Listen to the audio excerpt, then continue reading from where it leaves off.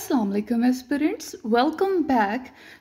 आज की इस वीडियो में हम डिस्कस करने वाले हैं डॉन 25 मार्च 2024 के एडिटोरियल्स। इसमें एज यू गाइस नो कि सबसे पहले मैं आपको मेन थीम बताऊंगी, देन इंपॉर्टेंट पॉइंट्स यानी कि पूरे एडिटोरियल को समराइज करेंगे, वोकैबुलरी बताऊंगी और साथ ही प्रैक्टिस क्वेश्चंस भी। So let's start. The very first topic और the very first editorial is smog country. ठीक है, इस एडिटोरियल का मेन थीम था Pakistan critical air pollution crisis and the urgent need for stricter measures.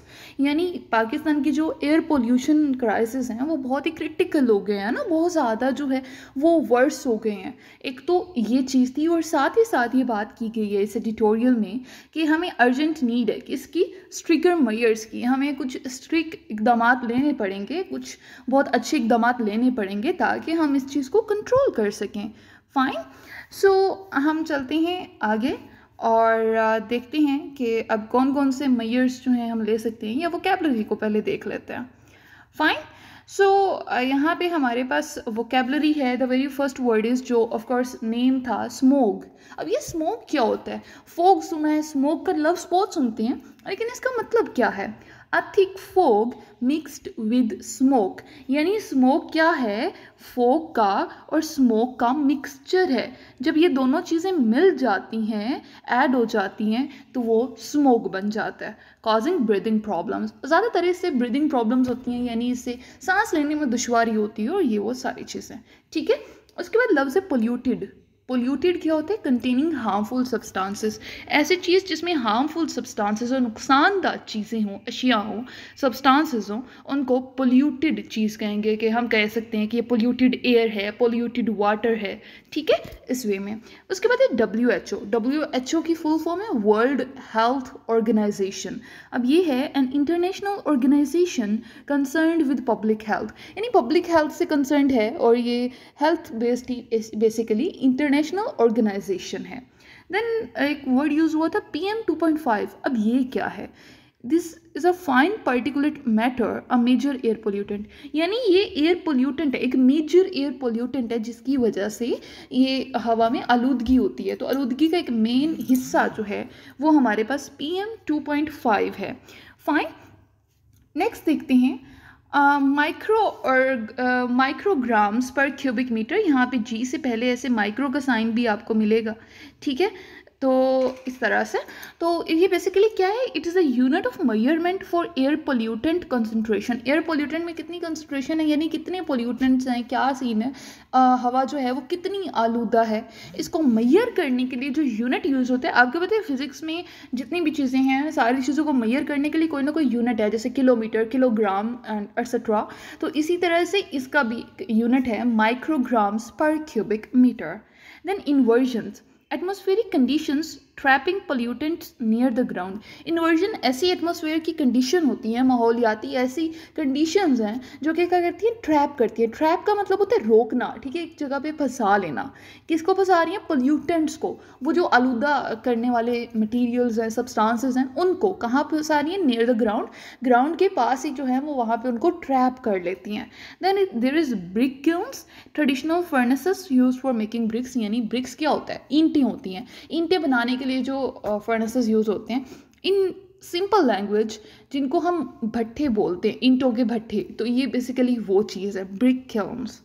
Then life expectancy, so average number of years a person is expected to live, यानी जो average number of years होते हैं कि ये इंसान जो हैं ये इतने साल तक जिंदा रहेंगे।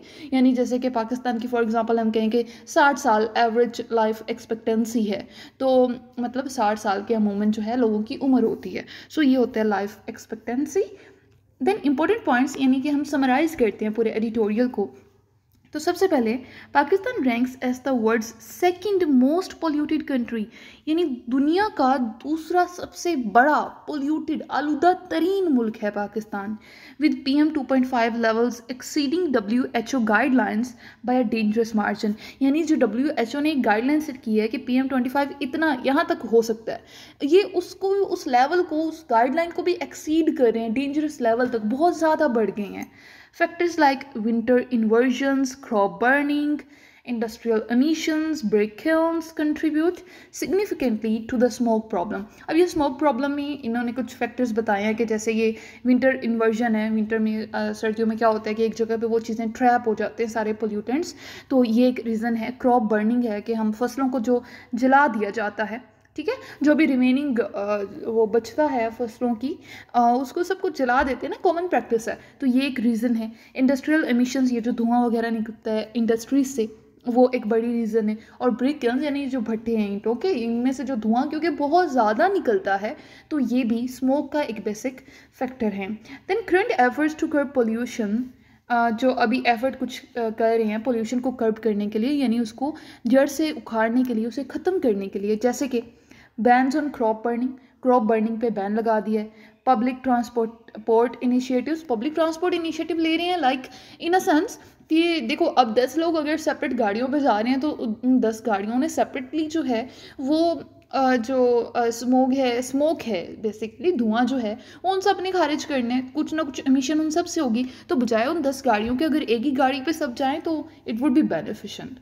ठीक है. आर प्रूविंग इनसफिशिएंट, ये ना काफ़ी प्रूव हो रही है, सिर्फ ये दोनों चीज़ें काफ़ी नहीं हैं. ठीक है. The health consequences are dire, मतलब बहुत शदीद किस्म के हैं health consequences.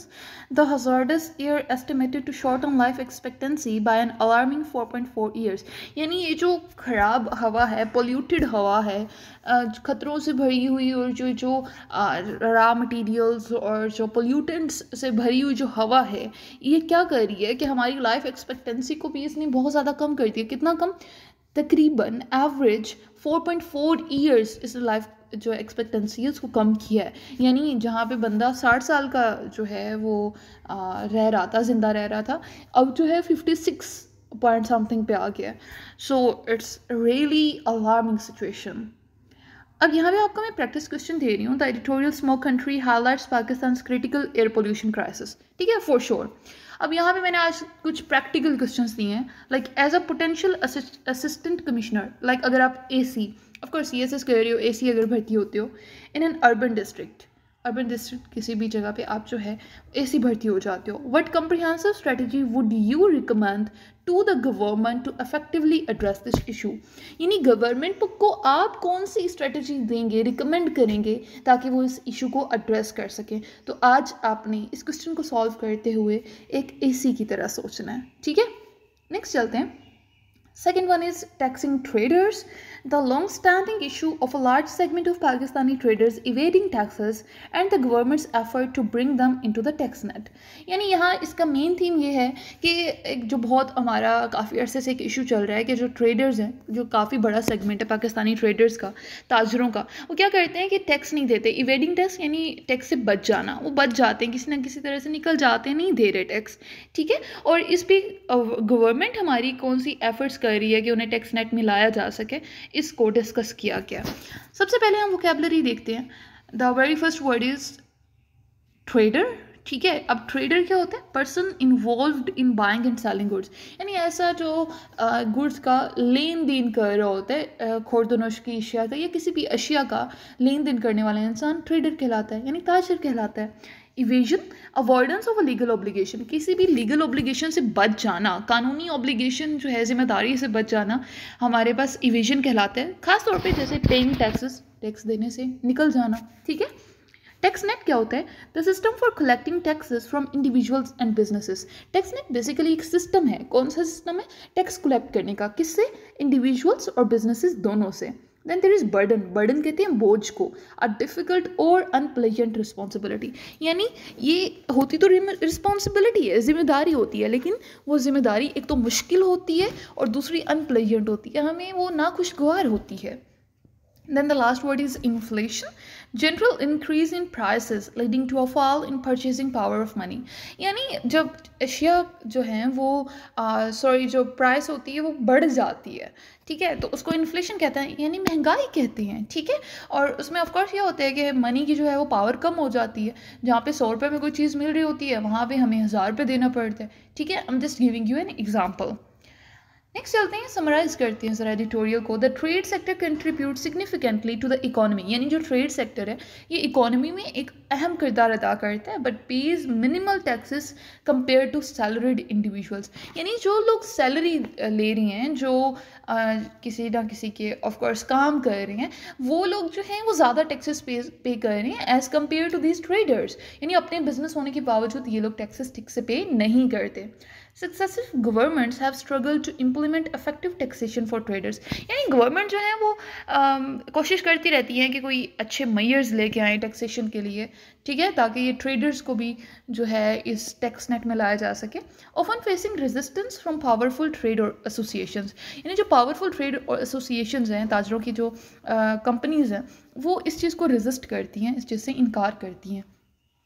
The current system creates an unfair burden on salaried taxpayers who are already struggling with inflation, यानी ये जो करंट सिस्टम हमारा चल रहा है ना, ये ऑलरेडी जो सैलरीड इंडिविजुअल्स हैं, जो पहले ही बहुत ज़्यादा जो है हमारे पास इन्फ्लेशन महंगाई का सामना कर रहे हैं, उन पे ये एक एक्स्ट्रा बर्डन और अनफेयर बर्डन जो है ये उस पर ला रहा है, बजाय जो है वो ताजरों के, ठीक है। The editorial purpose a firm yet flexible approach, editorial ने हमें एक अप्रोच बताई है इसको जो है वो सेटल करने की चीज़ों को, सजेस्टिंग अ सिंप्लीफाइड टैक्स स्कीम, सजेस्ट किया है कि एक सिंप्लीफाइड टैक्स स्कीम होनी चाहिए, एंड इंसेंटिव्स फॉर कंप्लायंस, और कंप्लायंस के लिए भी कुछ इंसेंटिव्स लेने पड़ेंगे, कुछ चीज़ें करनी पड़ेंगी, ठीक है।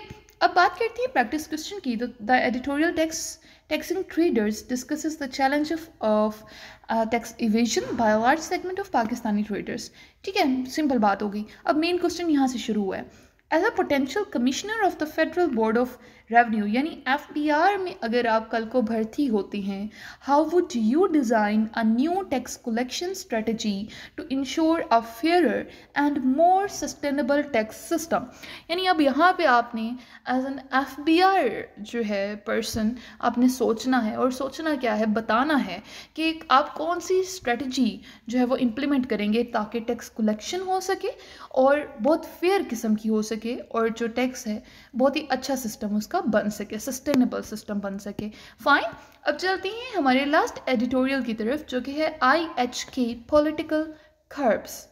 यहाँ पे मेन थीम था India's harsh tactics to suppress political dissent in Kashmir are counterproductive and hinder a peaceful resolution, यानी इंडिया जो है एज यू ऑल गाइज में नो कि बहुत ही हार्श किस्म के टैक्टिस हरबे जो है वो इस्तेमाल करता रहता है कश्मीर में, ठीक है।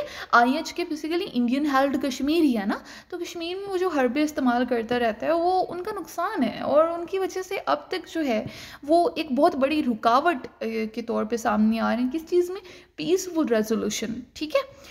देखते हैं कुछ हमारे पास of course vocabulary. First word is IHK, यानी इंडिया हेल्ड कश्मीर।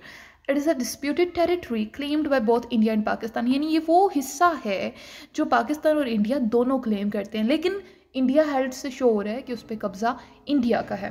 उसके बाद है draconian measures, harsh and oppressive methods use to control people, यानी लोगों को कंट्रोल करने के लिए जो हार्श और ऑप्रेसिव किस्म के, बहुत सख्त किस्म के जो हरबे, जो मेथड इस्तेमाल होते हैं, उनको ड्रैकोनियन मेजर्स कहते हैं। Then there is throttle, throttle means to suppress और रिस्ट्रिक्ट समथिंग सेवेरली, यानी किसी चीज़ को बहुत शिद्दत से, बहुत शदीद तरीके से रिस्ट्रिक्ट करना, रोकना, दबाना, थ्रोटल कहलाता है। Then proscribed, proscribed means officially banned, जो चीज़ ऑफिशियली बैंड होगी हम कहेंगे ये प्रोस्क्राइब्ड है। Then there is secessionism, secessionism is the act of withdrawing from a state और country to form an independent one, यानी आप अगर किसी कंट्री से जो है वो विड्रॉ कर जाओ, अलग हो जाओ, कि हमें अलग से इंडिपेंडेंट एक स्टेट बनानी है, तो उसे सेशनिज्म कहते हैं। Then there is levelled, levelled का मतलब होता है एक्यूज्ड ऑफ, यानी जिस पे इल्ज़ाम हो। आउटलार्ड, आउटलार्ड मीन्स डिक्लेयर्ड इलीगल, जिस चीज़ को इलीगल, गैर कानूनी करार दे दिया जाए, वो आउटलार्ड होती है। Then rough end of the stick, it means harsh treatment, बहुत ही हार्श किस्म का, बहुत ही ख़राब किस्म का, सख्त किस्म का जो ट्रीटमेंट होता है वो rough end of the stick कहलाता है। कंटोर्स, द जनरल शेप और फॉर्म ऑफ समथिंग, यानी किसी चीज़ की जो जनरल शेप होती है, जो एक शक्ल होती है, वो कंटोर कहलाता है। और इस पर्टिकुलर एडिटोरियल के सेंस में the future of Kashmir policy, Kashmir policy का जो फ्यूचर है उसको कंटोर्स बोला जा रहा है। हाउस अरेस्ट क्या होता है, confinement to one's home as a form of detention, यानी अगर किसी को उसके घर में ही कैद कर दिया जाए तो उसको हाउस अरेस्ट कहेंगे। बात करते हैं इंपॉर्टेंट पॉइंट्स की, यानी समराइज करते हैं एडिटोरियल को। India bans and restrict Kashmiri political parties critical of its rule. यानी इंडिया जो है वो कश्मीर की जो पॉलिटिकल पार्टीज़ हैं, जो सियासी जमातें हैं, उनको बैन करता है और रिस्ट्रिक्ट करता है, रोकता है, ठीक है। These measures are seen as draconian, इन मेयर्स को ड्रैकोनियन समझा जाता है, and aim to throttle political activity. और ये लगता है कि ये पॉलिटिकल एक्टिविटी को जो है वो रोकते हैं, ठीक है, बहुत हार्श तरह से जो है उनमें रुकावट पैदा करते हैं। The editorial argues these tactics will push discontented Kashmiris towards extremism। यानी ऑफ कोर्स इन एडिटोरियल में ये आर्ग्यू किया गया है, इस चीज़ पे बहस की गई है कि इन टैक्टिक्स की वजह से, इन हरबों की टैक्टिक्स की वजह से, इन हरबों की वजह से कश्मीरीज जो है ना, जो लोकल्स हैं वहाँ के, वो एक्सट्रीमिज़म की तरफ तो जाएंगे ही जाएंगे। आपको पता है जिस चीज़ को कोई भी, फॉर एग्जांपल हम एक स्प्रिंग की बात कर लें, उसको जितना दबाया जाता है, जितना उसको हम दबाते हैं, उस पर फोर्स लगाते हैं, वो उतनी ही शिद्दत से उभर के आता है, ठीक है। तो same is the case with Kashmiris as well, यानी उनको जितना दबाया जाएगा, जितना सप्रेस किया जाएगा, वो उतने ही एक्सट्रीमिज़म की तरफ जाएंगे। A genuine political process with Kashmiri representation is needed for a solution। यानी इसका solution ये कहा गया है कि of course एक genuine किस्म की उन्हें सियासी process चाहिए, ठीक है, ताकि कश्मीरियों की वाकई representation हो सके। The editorial expresses some hope for a change in policy after upcoming Indian election। यही इस एडिटोरियल में कहा गया है कि कुछ चांसेस हैं कि अगर ये जो इंडिया के इलेक्शन होने वाले हैं, ठीक है, ऑफ कोर्स अभी 2024 में ही है, तो उसके बाद उम्मीद है कि इस पॉलिसी में कुछ चेंज हमें नज़र आ जाए। अब बात करते हैं प्रैक्टिस क्वेश्चन की। What is the most likely outcome of India's continued use of bans and restriction on Kashmiri political parties. यानी आपको क्या लगता है ये जो कश्मीरी पॉलिटिकल पार्टीज़ पे जो बैन है इंडिया का, इसका जो कंटिन्यूस बैन है ना, ये ख़त्म नहीं हो रहा, तो इसकी वजह से क्या आउटकम इसके होंगे, क्या नताइज सामने आएंगे। So that's it. I hope that you guys have got the point, सारी चीज़ें समझ आ गई हैं। If there is any confusion or any question, you guys can ask in the comment box. Thank you.